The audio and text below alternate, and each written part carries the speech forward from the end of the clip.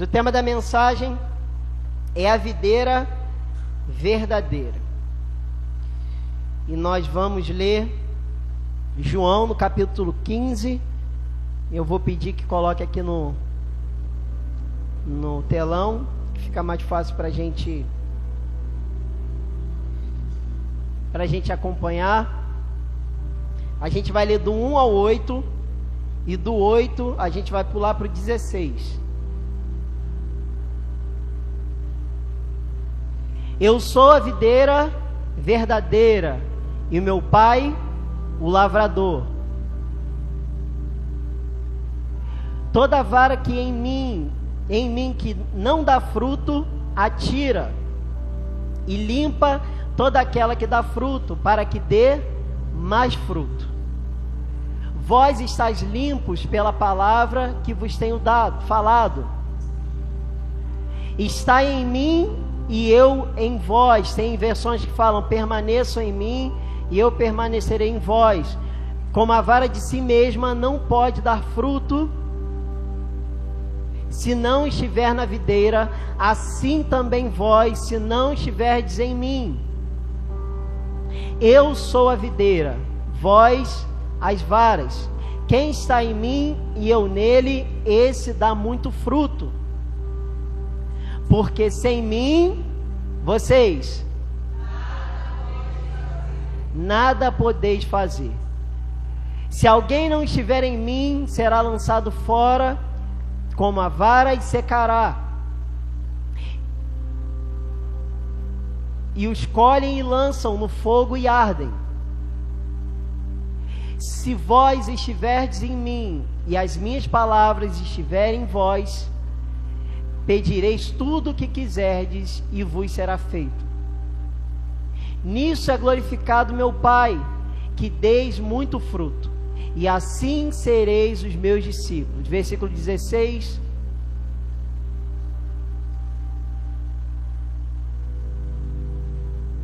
Não, é antes, aí é a segunda parte.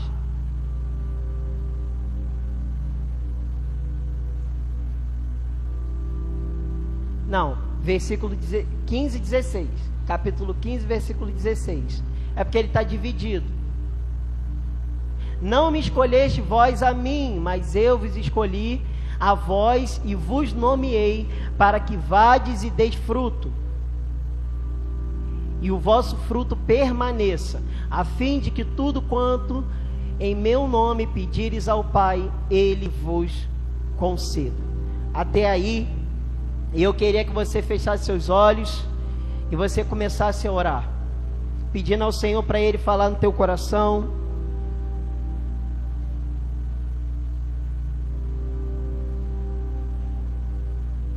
pedindo a Ele para ministrar, para tirar toda distração, todo sono, todo cansaço, tudo aquilo que tenta impedir de você ouvir a voz dEle. Não a nós, Senhor, nenhuma glória para nós, mas ao Teu nome.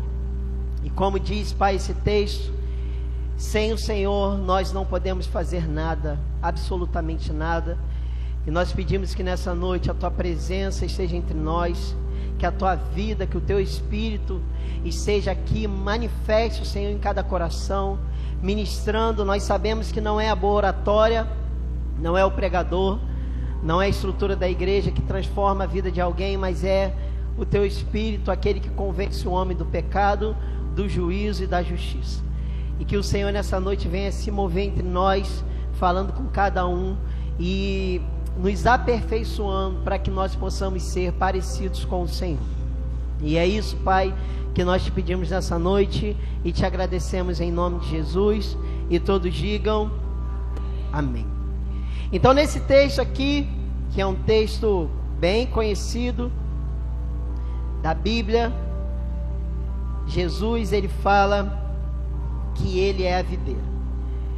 E nós vamos falar sobre um pouco de alguns versículos que nós lemos, e eu queria começar com o versículo 1, que ele diz: eu sou a videira verdadeira e o meu Pai é o lavrador. Jesus aqui, ele deixa claro que ele é a videira. Ele não diz que é uma videira verdadeira. Ele não diz que ele é uma das videiras verdadeiras. Ele diz que ele é a videira. Então, para a gente começar a conversar nessa noite, a gente já começa a deixar claro que não existe ninguém além de Cristo que seja verdade. Ele é a videira verdadeira. Jesus, ele é suficiente. Jesus, ele é o centro da palavra, ele é o centro do evangelho, ele é o centro da nossa fé. Quando nós abrimos a nossa Bíblia, quando nós lemos Gênesis e vamos lendo e terminamos em Apocalipse, toda essa leitura é sobre alguém, e esse alguém é Jesus, é a videira. Não existe nenhum outro caminho, não existe nenhuma outra verdade, não existe nenhum outro atalho, somente Jesus e somente por Jesus. João 14,6, Jesus diz: eu sou o caminho, a verdade, e ninguém vai ao Pai a não ser por Ele. João 10, capítulo 7 ao 11, porque quando Jesus ele fala que Ele é a videira verdadeira, significa que tem videira falsa. Quando Ele fala que Ele é uma árvore de verdade, verdadeira, Ele quer dizer que existe uma árvore que é de mentira, que é falsa. Em João 10, do 7 a 11 diz: tornou, pois, Jesus a dizer-lhes: em verdade vos digo, que eu sou a porta das ovelhas. Todos quantos vieram antes de mim são ladrões e salteadores, mas as ovelhas não ouviram. Eu sou a porta. Se alguém entrar por mim, salvar-se-á, e entrará e sairá, e achará pastagem. O ladrão não vem senão a roubar, a matar e a destruir. Mas eu vim para que tenham vida e a tenham com abundância. Eu sou o bom pastor, e o bom pastor dá a vida pelas ovelhas. Então, nesse texto aqui, Jesus ele continua dizendo que existem pessoas que se passam por Ele. Existem ídolos, existem figuras que são levantadas como se elas fossem uma autoridade divina, mas elas não são. Jesus ele diz que Ele é a videira verdadeira, e se existe alguma outra videira que não seja Cristo, ela é falsa. Jesus ele diz que Ele é a porta, e se existe alguma outra porta que você entra que não seja Jesus, essa porta vai te levar à mentira. Jesus ele fala que Ele é o bom pastor, e se existe além de Jesus algum pastor, algum mestre, algum ensinamento que foge da verdade, que vai além de Cristo, esse ensinamento, esse pastor é um falso pastor, é um falso profeta. Então nós vemos diante de toda a realidade, no contexto da sociedade que a gente vive, que existem muitas religiões, que existem muitas ideias em relação à religião, em relação a Deus. E eu não vim nessa noite, talvez, para você que está visitando, que talvez tenha uma religião, acusar a sua religião, descredibilizar a sua religião. Mas o que nós estamos falando aqui nessa noite, essa palavra não é minha, essa palavra é aquilo que a palavra de Deus está dizendo, a Bíblia está dizendo, que se existe algum outro caminho, alguma outra porta, algum outro pastor que não seja Jesus, ele é falso. Se existe alguma outra fé que Cristo ele não seja centro, ele não seja o Senhor, ele é falso. E talvez você esteja perguntando assim: mas você falou que se não existe um outro pastor que não seja Jesus, mas tem um pastor na igreja. Calma, gente. Esse pastor é o pastor dos pastores. É aquele que dá a vida pelas ovelhas. É aquele que ensinou o caminho.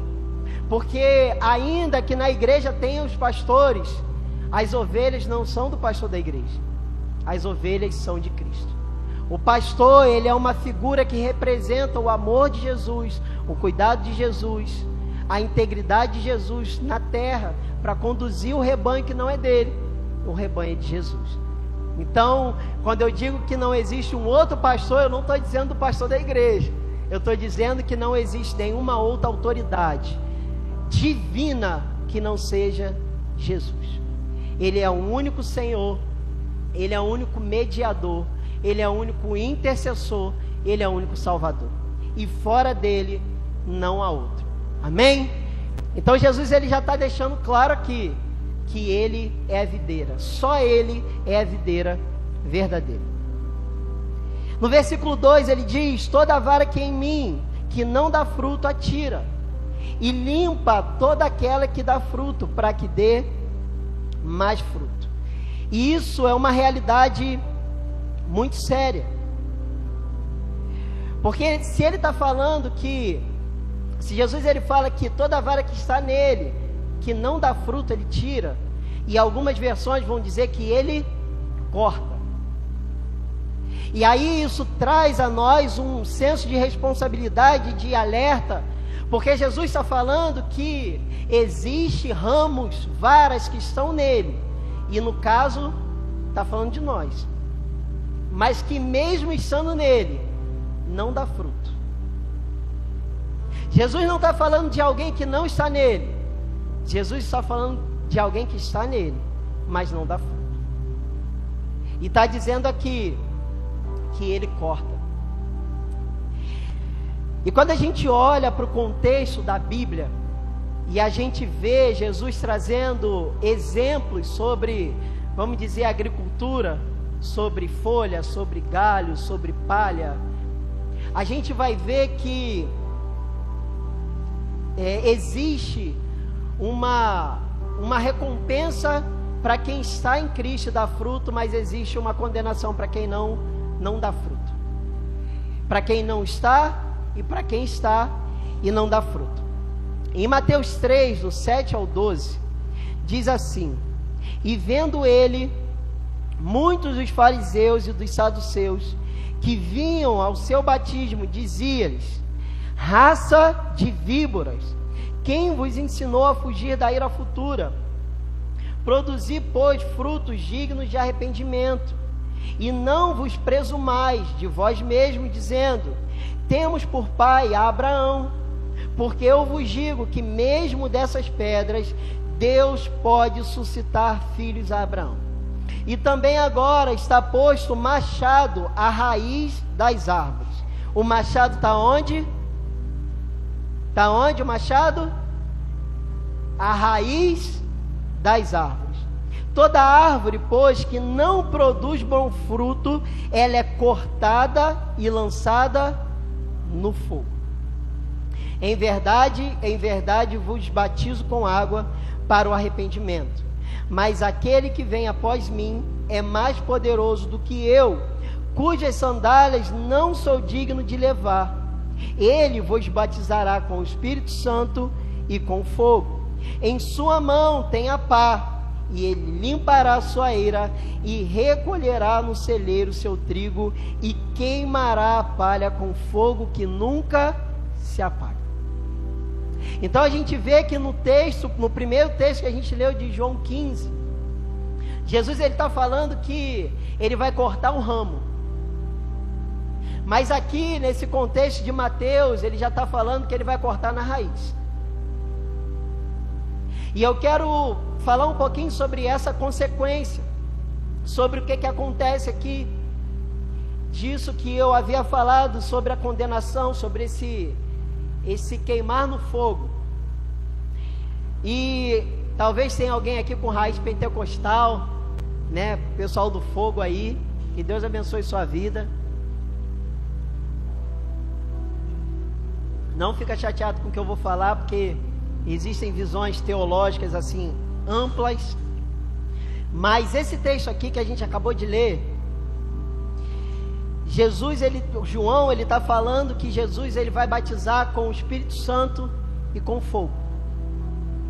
E existem algumas linhas teológicas que acreditam que o batismo com o Espírito Santo e com fogo é o mesmo batismo, que o fogo é a ação do Espírito Santo que potencializa as manifestações dos dons espirituais, aviva você, te impulsiona para realizar a obra de Deus enfim. Mas existe uma outra visão teológica, que aí particularmente é o que eu acredito, que esse texto aqui, esse batismo, ele é diferente do batismo do Espírito Santo com o batismo de fogo. Porque quando Jesus ele começa a falar, ele está falando não só para os seus discípulos. Quando João ali está falando, ele não está falando para aqueles só que se arrependeram, mas ele está falando também para os fariseus e saduceus. E ele está falando aqui que a árvore ela vai ser cortada. E ele termina dizendo que essa árvore ele vai recolher a pá e vai colocar no fogo. E dentro dessa visão teológica, dentro do contexto da Bíblia, contexto do Novo Testamento, da igreja primitiva e afim, esse batismo com fogo ele não é para o crente. Esse batismo com fogo ele é uma condenação para aquele que justamente não dá fruto, como o texto aqui está falando. Então, particularmente, quando alguém fala assim, vamos para aquele culto lá que vai pegar fogo, eu falo, está repreendido em nome de Jesus. Eu sei que tem gente que anima, que vai e fala, não, agora eu vou, mas eu não. Se você pensa que o fogo é o fogo de Deus, amém, irmão. Quando você for orar, você pede o fogo de Deus e que Deus abençoe a tua vida. Eu não vou pedir não, irmão. Eu vou pedir o Espírito Santo. Mas esse texto aqui, ele vai falar sobre um machado que vai na raiz de uma árvore que também não dá fruto. E aí a gente vê 3 tipos de ramos. Tem um ramo que ele está na videira verdadeira, mas que não dá fruto. E esse ramo ele é cortado e jogado no fogo. Existe um ramo que ele está na árvore ou na videira que não é verdadeira.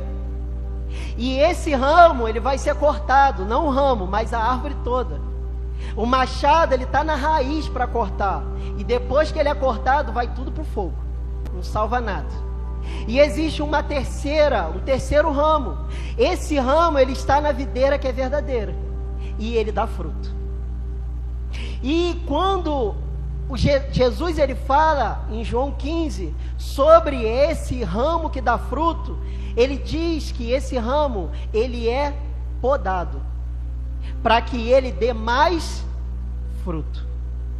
Então, quando a gente olha para as outros ramos, tanto o que está na videira verdadeira que não dá fruto, quanto o que está na videira ou na árvore que não é verdadeira, que eles são cortados e lançados no fogo, a gente olha para esse ramo que está na videira verdadeira e que dá fruto, a gente vê Jesus falando que ele poda. E o que isso significa? Isso significa que o Senhor ele cuida de você. Isso significa que ele vai tirando de você aquilo que talvez vai atrapalhar o seu crescimento, que ele vai tirando de você as suas imperfeições, que ele vai tirando de você aquilo que talvez hoje ainda de alguma maneira desagrade o coração dele.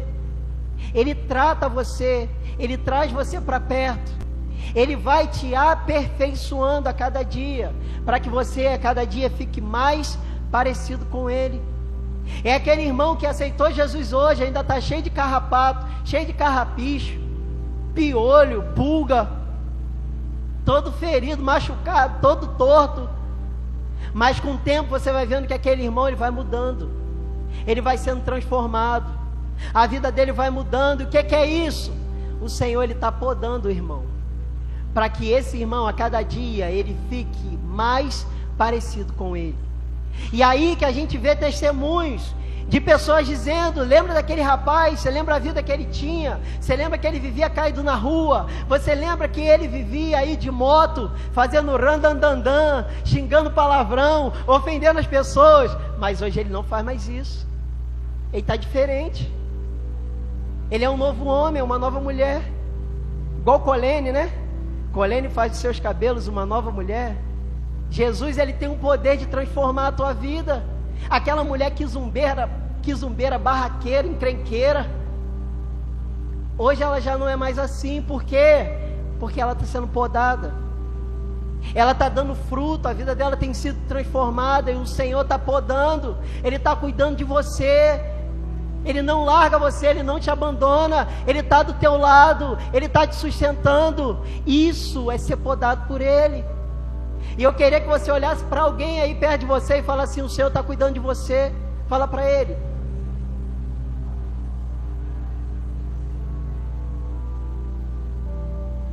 Amém? Então no dia que você estiver desanimado, triste, no dia que você talvez fizer algo que desagrade o coração de Deus, você levanta a sua cabeça e fala: não, o Senhor está cuidando de mim, Ele está me cuidando, Ele está melhorando. E talvez isso aqui que eu estou fazendo eu não vou fazer mais, eu não vou agir mais assim, porque eu estou na videira verdadeira, e eu estou dando fruto para a glória de Deus. Amém? Porque Ele quer mudar e transformar a sua vida e continuar transformando a sua história. Versículo 3 diz assim: vós já estáis limpos pela palavra que vos tenho falado.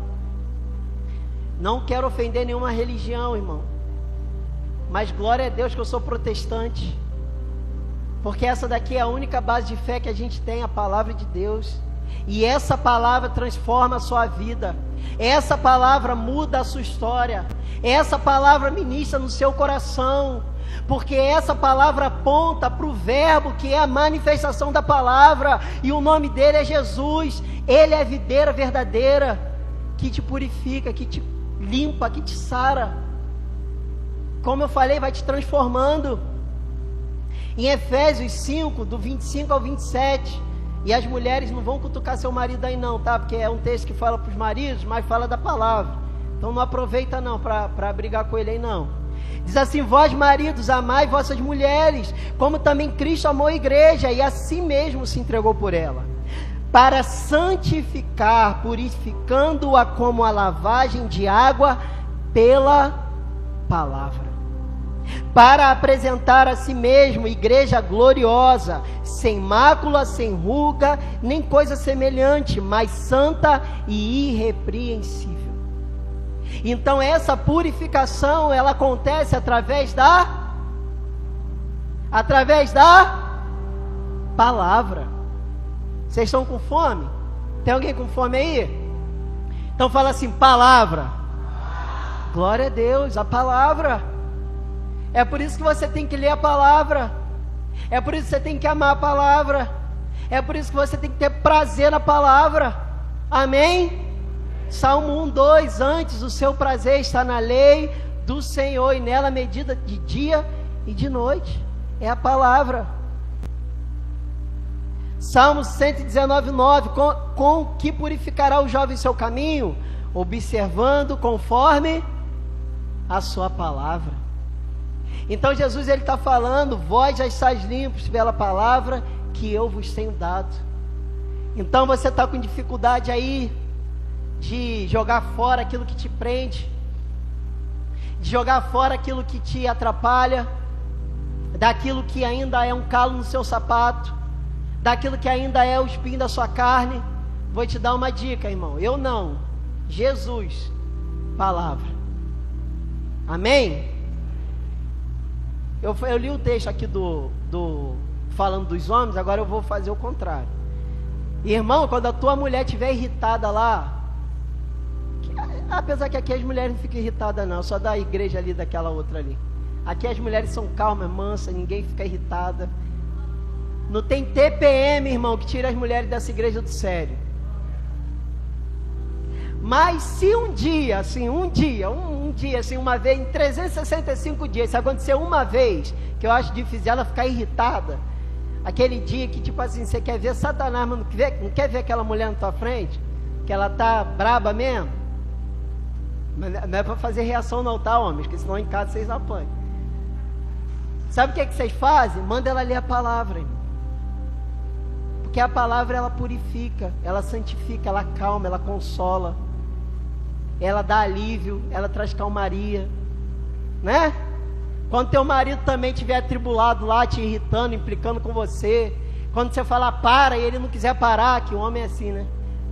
Manda ele ler a Bíblia, irmão, né? Quando ele estiver meio atribulado, parecendo desviado, senta com ele, chama ele para ler a palavra, que a palavra purifica, transforma, liberta, cura. Conhecereis a verdade. Que é verdade? A palavra de Deus. E a verdade vos libertará. Amém? A verdade é Jesus, a verdade é a palavra. Jesus é o verbo, Jesus é a palavra. Então, leia a palavra, para a glória de Deus. Versículo 4 e 5.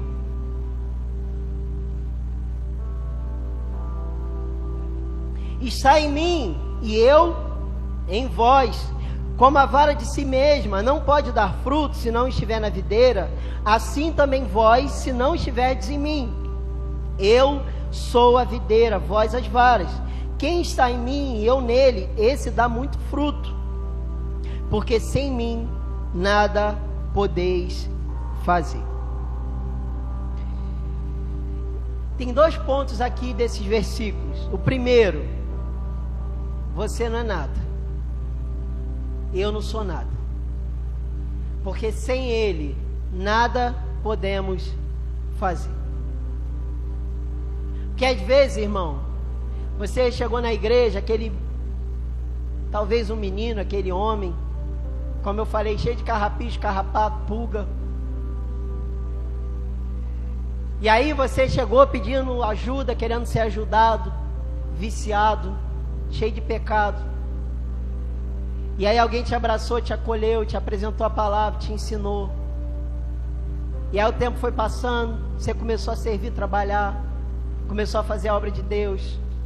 Aí olharam para você e falaram assim, tá mudado diferente, vou dar oportunidade. Aí você ganhou oportunidade. Aí falou, mas heresia.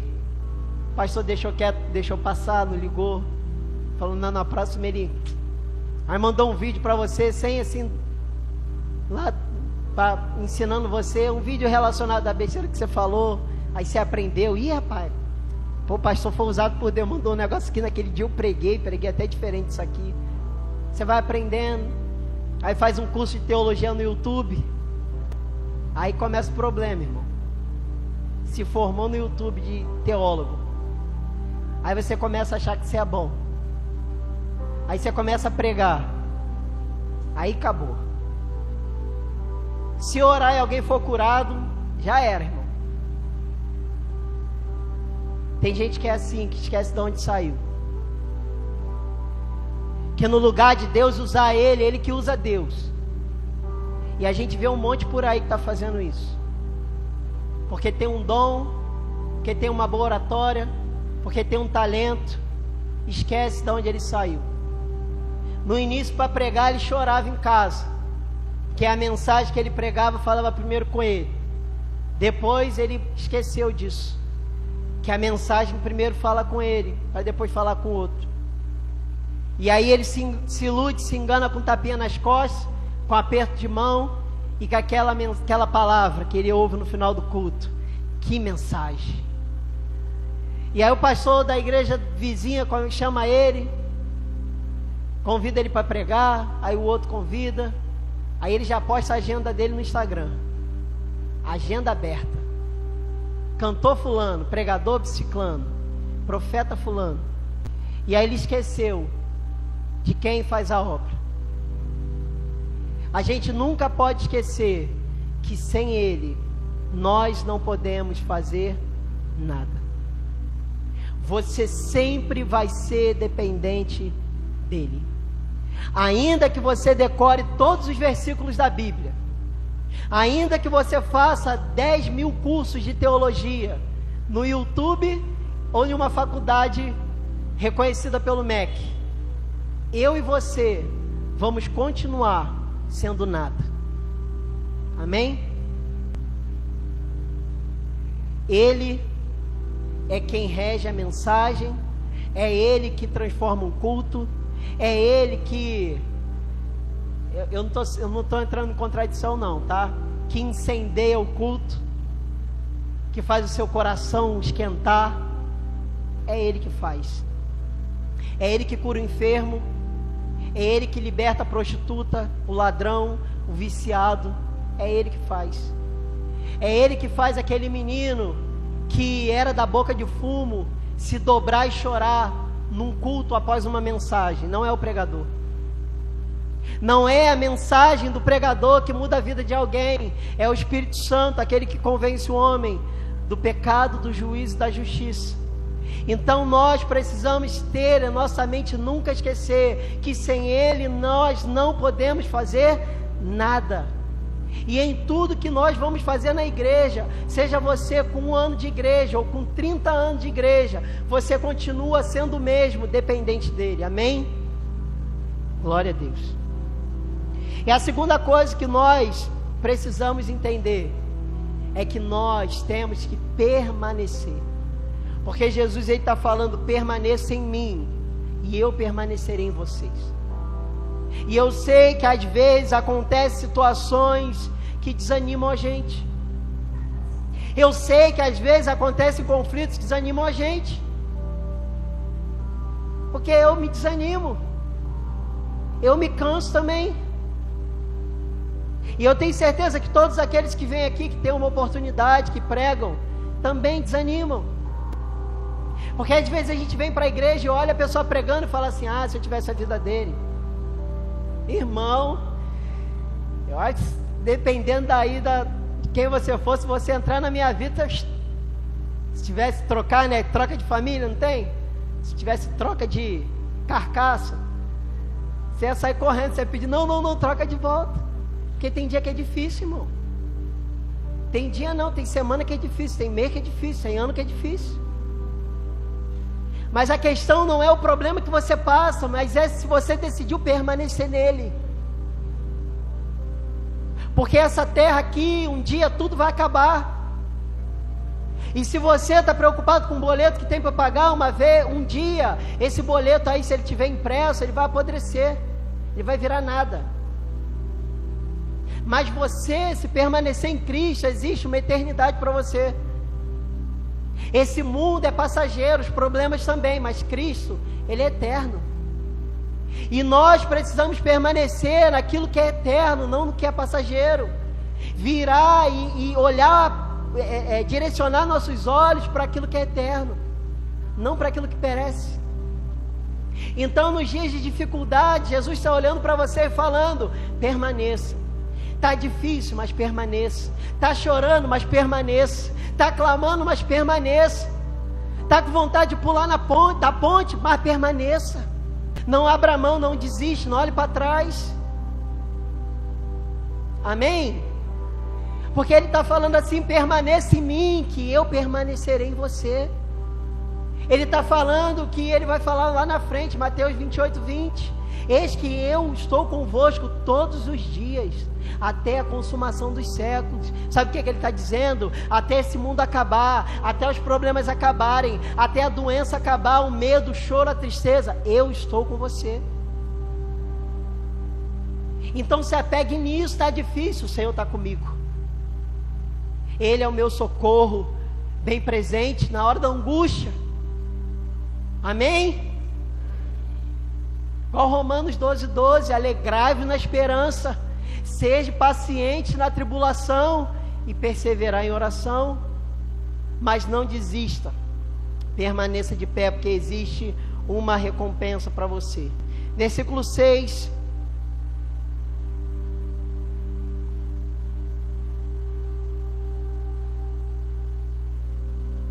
deixa eu ver a hora. Se alguém não estiver em mim, será lançado fora, como a vara que secará, e os colhem e lançam no fogo e arde. Então, como eu falei no início, é muito sério, porque por mais que o mundo diga aí que é tranquilo, que é normal, que é maneiro, mas existe, irmão, o céu e o inferno. E isso não é limitado ao desenho. Eu lembro que eu via Pica-Pau, e aparecia no Pica-Pau um anjinho de um lado e um demoninho no outro. Um anjinho falando para ele fazer coisa boa e o demoninho falando para ele fazer coisa ruim. E a gente acha que é brincadeira as coisas, mas não é. O inferno é real. E não queira você, porque eu não quero eu ir para lá. Mas para que eu tenha essa certeza da salvação, eu preciso estar em Cristo. Eu preciso dar fruto. E o que é o fruto? Às vezes a gente acha que fruto é ganhar alma, ganhar vida, pregar o evangelho. Não que isso não faça parte, não que isso não seja consequência. Mas o fruto, ele está lá em Gálatas 5, eu vou ler do 19 até o 22. Diz assim: porque as obras da carne, elas são manifestas, as quais são adultério, fornicação, impureza, lascívia, idolatria, feitiçaria, inimizade, contenda, ciúme, ira, peleja, dissensões, heresias, inveja, homicídio, bebedice, glutonaria e coisas semelhantes a essas, acerca das quais de antemão vos declaro, como também já vos antes disse, que os que cometem tais coisas não herdarão o reino de Deus. Mas o fruto do Espírito é amor, alegria, paz, longanimidade, benignidade, bondade, fé, mansidão, temperança. Então, quando o texto está falando de fruto, ele está falando de uma vida transformada.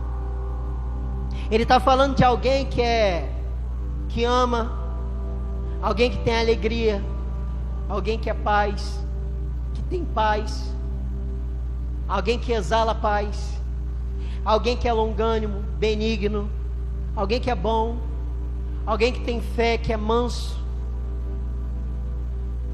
O fruto do Espírito é a ação do Espírito Santo na tua vida. É a consequência de você ter o Espírito Santo no teu coração, de você olhar para a palavra e deixar ela mudar você. Porque depois que você recebe o Espírito Santo, depois que você está em Cristo, a sua vida é mudada, transformada. Esse é o fruto do Espírito. É quando as pessoas olham para você e vê que você é diferente. E eu não esqueço quando eu era adolescente lá, que sempre tem a garotada, né? Garotada é a garotada. E eu aceitei Jesus adolescente, e um dia, a gente já estava na igreja um tempo, um dia a mãe de um desses meninos falou lá pra gente: eu quero tanto que meu filho ande com vocês. E às vezes ele ia pedir para ir para algum lugar para sair, ela não deixava. Aí quando ele pedia, a gente chamava ele para ir para a igreja, ele pedia a ela: vai para onde? Para a igreja. Com quem? Vou com fulano, Beltrano. Ah, você pode ir. Por quê? Porque você é diferente. Porque as pessoas sabem que você tem caráter. As pessoas sabem que você foi transformado. As pessoas olham para você e não vê um crente, um religioso que pega a Bíblia e vai para a igreja. No convívio, no dia a dia, as pessoas olham para você e falam assim: não, esse aí é diferente. Esse realmente foi alcançado e transformado por Cristo. Esse tem fruto. Esse exala o aroma de Cristo onde ele estiver. E é isso que Jesus está falando.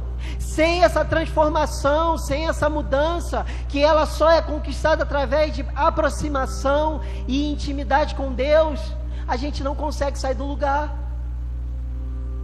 Você pode estar na igreja, você pode carregar uma Bíblia, você pode dar oferta, você pode dar dízimo, você pode ser um crente assíduo, você pode até trabalhar no ministério, mas se o fruto não estiver manifesto na sua vida, não adianta de nada.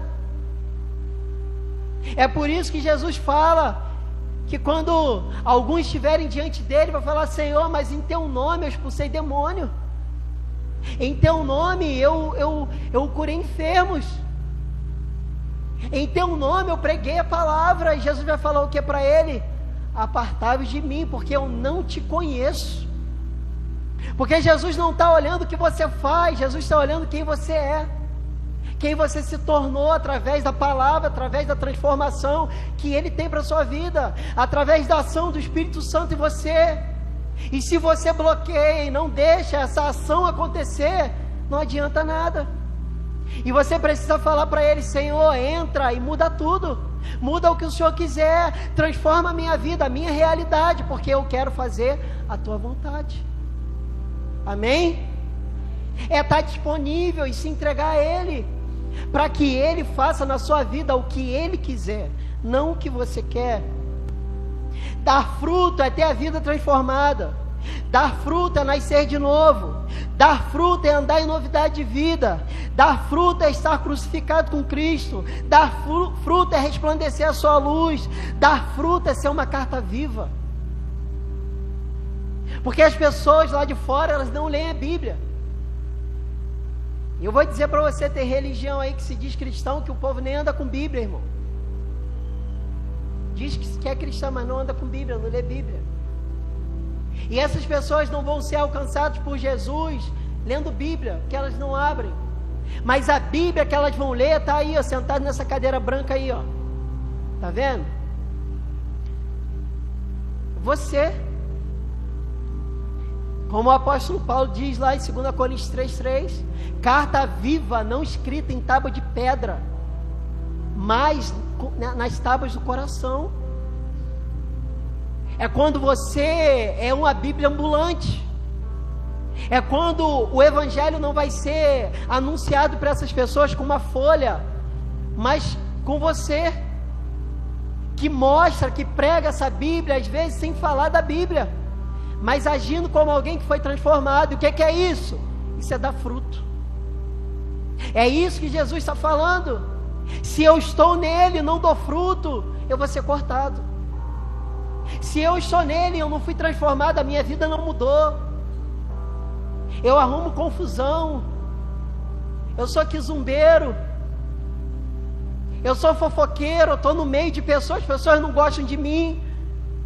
Aí tem gente que tem a cara de pau e fala: tá vendo, me persegue que sou crente. Não, irmão, é porque você é um atribulado, uma atribulada. Você não dá testemunho, você fala dos outros, você arruma problema, você é chato. Estou pegando pesado, irmão? Dá um sorriso. Mas tem gente que fala: estão me perseguindo. Está perseguindo por quê? Porque você está pregando o Evangelho? Não, estão falando que eu fiz, mas fez. É o que eu falo. Se estão falando de você, de uma coisa que você não fez, amém, irmão, vai chorar, vai entrar lá numa meia depressão lá, vai para o quarto chorar com Jesus. Jesus, estão falando de mim. Aí Jesus vai falar: vamos continuar falando. Falaram de mim, quanto mais de você. Mas ele vai te consolar de alguma maneira. Agora, se estão falando de você e é verdade, irmão, não fica se fazendo de vítima, não. Vai para o quarto também orar e fala assim: Jesus, me transforma, que eu não valho nada. Isso aqui é carniça. Muda a minha vida, porque eu tento fazer o certo e eu não consigo. Me ajuda. É assim que faz, irmão. Tem coisas que as pessoas falam da gente que é verdade. É ou não é? Você é perfeito? Não, irmão. Amém? Então, se você está num lugar, num ambiente que você não é referência, se você não tem sido alguém transformado, se você não está dando fruto, corre, irmão. Porque ainda que você esteja na videira verdadeira, se você não der fruto, ele não vai podar você. Ele não vai colocar você no colo, vai dizer: baby, baby. Ele vai cortar. Amém? Corte rápido. Faca Tramontina.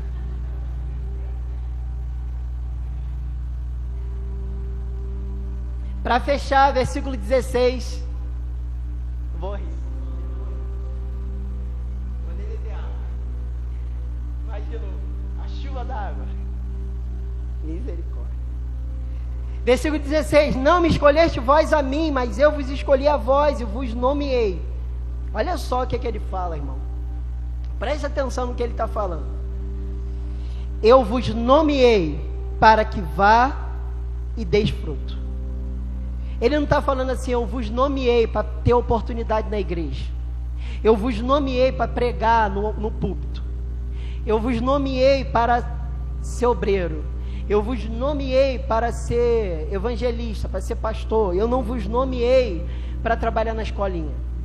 Ele está falando aqui que ele nos nomeou para dar fruto. E eu vou falar mais uma vez. Eu não estou aqui tirando a credibilidade e nem a importância de servir na obra de Deus, amém? E eu vou dizer uma coisa: você que não serve, tome vergonha na cara e sirva, irmão. Faça alguma coisa para Jesus, amém? Amém, irmão? Jesus quer que você trabalhe para Ele, amém? Fala assim: eu preciso trabalhar para Jesus, porque Ele morreu na cruz por você, irmão. Ele não está pedindo para você morrer na cruz de novo por Ele agora. Ele está pedindo só para você fazer a obra dele, amém? Só que aí eu estou falando, agora eu vou voltar para o texto, tá bom? Você já sabe que tem que trabalhar para Jesus, né? Eu não vou pedir para quem não trabalha para Jesus levantar a mão não, mas você já está ligado aí que não trabalha, não faz nada para a igreja. Sabe o Bob Esponja?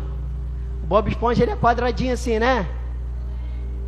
O Bob Esponja, ele é quadradinho assim. Ele não era não, irmão, ele era redondinho. Mas ele ficou tanto no banco sentado que ele ficou achatado assim, irmão. Então, se você quer ficar achatado, Jesus não gosta disso. Ele quer que você trabalhe para Ele, amém?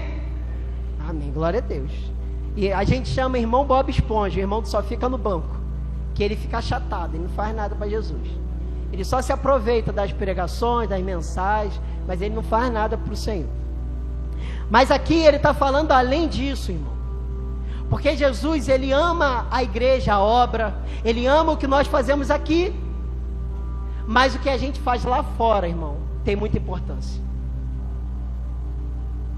Talvez até mais do que a gente faz aqui.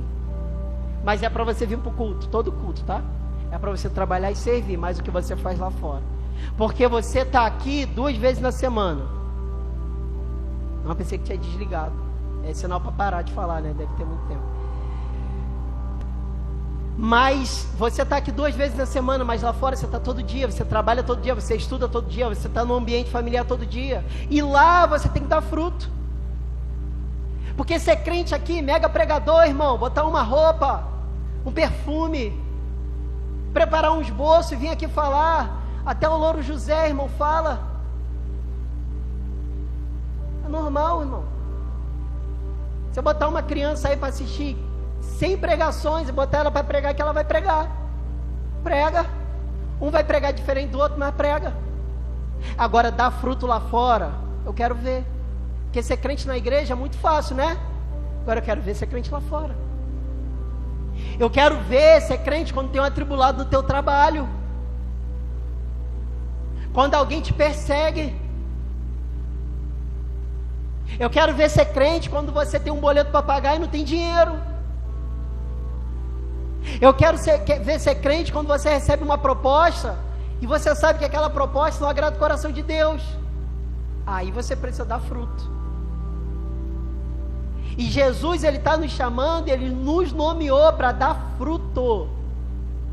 E ele diz, não só dar fruto, mas fruto que permaneça.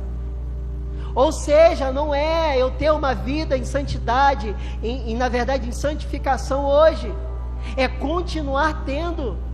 Não é eu estar animado no primeiro amor hoje, é continuar tendo.